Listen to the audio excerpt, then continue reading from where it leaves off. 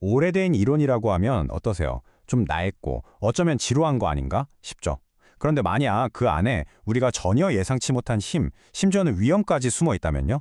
오늘은 아주 익숙한 생각의 먼지를 한번 싹 털어내고 그 속에 감춰진 진짜 힘이 뭔지 같이 파헤쳐 보려고 합니다. 영국의 예술가 코넬리아 파커가 아주 재미있는 작품을 만들었습니다. 군대를 동원해서 평범한 정원 창고를 정말로 폭파시켜버린 거죠. 그리고 그 파편들을 하나하나 공중에 매달아 전시했습니다. 파커는 이 창고를 이렇게 불렀어요. 도저히 버릴 수는 없는 것들을 두는 곳이라고요. 자, 이 버릴 수는 없는 낡은 것들이 가득한 창고라는 이미지, 오늘 이야기에 아주 중요한 열쇠가 될 테니 꼭 기억해 주세요. 사실 이건 심리학만의 얘기가 아니에요. 어떤 분야든 그렇죠. 오랫동안 정말 소중하게 여겨왔지만 지금은 먼지가 또얗게 쌓여버리는 생각들, 바로 그 이론이라는 도구들로 가득 찬 창고가 다들 하나씩은 있거든요.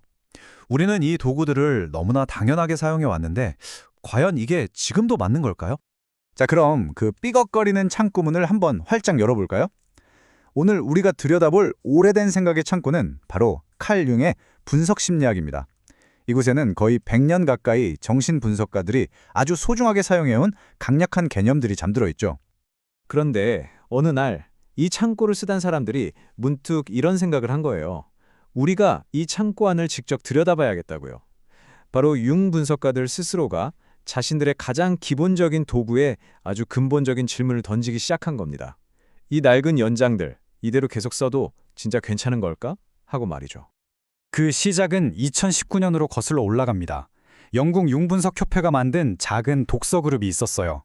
당시 정신분석계 전반에 번지고 있던 인종차별 문제에 대한 논의의 자격을 받아서 우리도 우리 이론을 다시 보자 결심한 거죠. 말 그대로 자신들의 학문적 창고를 한번 제대로 대청소하기로 마음먹은 겁니다. 그래서 이들이 창고에서 가장 먼저 꺼내든 가장 낡고 손때 묻은 도구 4가지가 바로 이겁니다. 원시성, 내면과 외면 세계, 반대성, 그리고 신비적 합일. 왜 하필 이 개념들이었을까요? 바로 오늘날 우리가 아무 생각 없이 썼다가는 자칫하면 심각한 오해나 편견을 만들어낼 수 있는 아주 위험한 개념들이라고 생각했기 때문이에요. 예를 들어 원시성이라는 개념 한번 볼까요? 예전에 서구 심리학에서는 이 말을 문명화되지 않은 정신 상태를 설명하는 데 썼습니다. 하지만 생각해보면 좀 섬뜩하죠. 이 개념 속에는 식민주의 시대의 인종차별적인 시선이 아주 깊숙이 스며들어 있을 수 있다는 비판을 피하기가 어렵습니다. 실제로 한 분석가는 정말 아무 생각 없이 이 단어를 계속 써왔다고 고백하기도 했어요. 자, 이렇게 오래된 이론의 창고를 말 그대로 폭파시켜버렸습니다. 그럼 그 잿더미 속에서 대체 뭐가 보였을까요?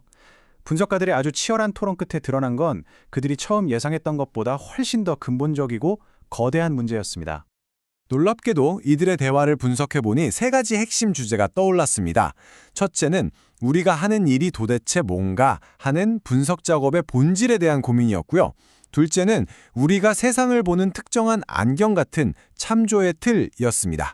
그리고 마지막으로 이 모든 것을 아우르는 가장 중요하고 충격적인 발견, 바로 권력 역학이었죠.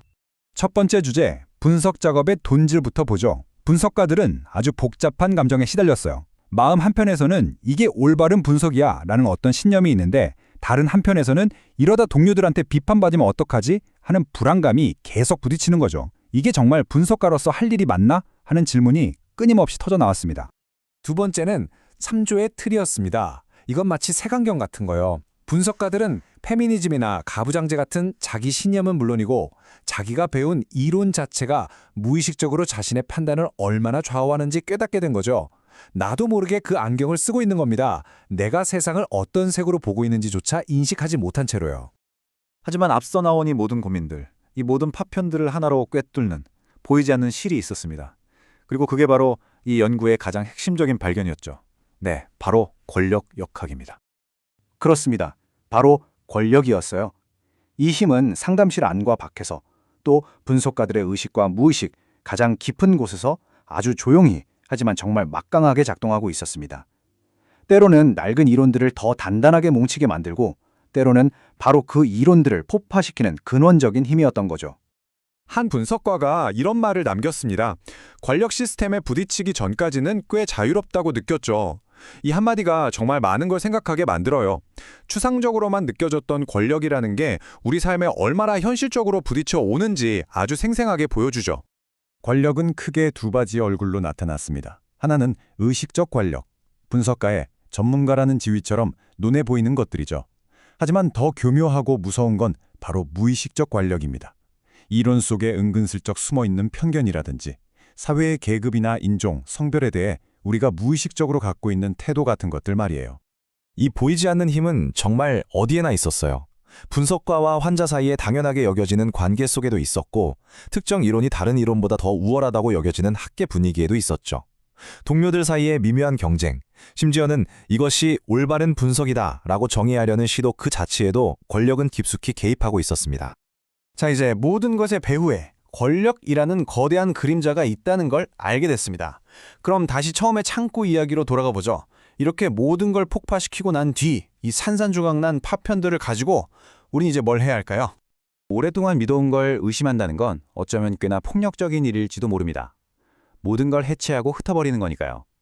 이제 분석가들은 자신들의 이론과 정체성이 담긴 그 조각들 앞에 그저 덩그러니 서게 된 셈이죠. 바로 여기서 코넬리아 파커의 작품이 다시 등장합니다. 그녀는 자신의 작품을 보면서 이게 다시 폭발하는 것처럼 보이기도 하고 어쩌면 다시 합쳐지는 것처럼 보이기도 한다고 말했어요. 비판의 과정이란 바로 이런 거죠. 끝없이 부수고 또다시 합쳐질 수 있는지 지켜보는 아주 역동적인 과정인 겁니다. 결국 이 융분석가들의 이야기가 우리에게 던지는 메시지는 아주 명확합니다. 내가 발딛고 서 있는 분야의 가장 기본적인 믿음에 질문을 던지는 일. 그게 정말 고통스럽고 어려운 일이지만 앞으로 나아가기 위해선 반드시 거쳐야만 하는 과정이라는 사실이죠. 그래서 마지막 질문은 이것입니다. 폭파된 창고의 파편들이 다시 조립될 때 그저 예전의 모습으로 돌아가는 것일까요? 아니면 이 치열한 비판의 과정을 통해 완전히 새로운 생명을 얻어서 근본적으로 다른 무언가로 재탄생하게 될까요? 이건 단지 심리학자들만의 질문이 아닐 겁니다. 어쩌면 지금 이 순간 여러분의 머릿속에 있는 그 오래된 창고를 향해 우리 모두가 스스로에게 던져봐야 할 질문이 아닐까요?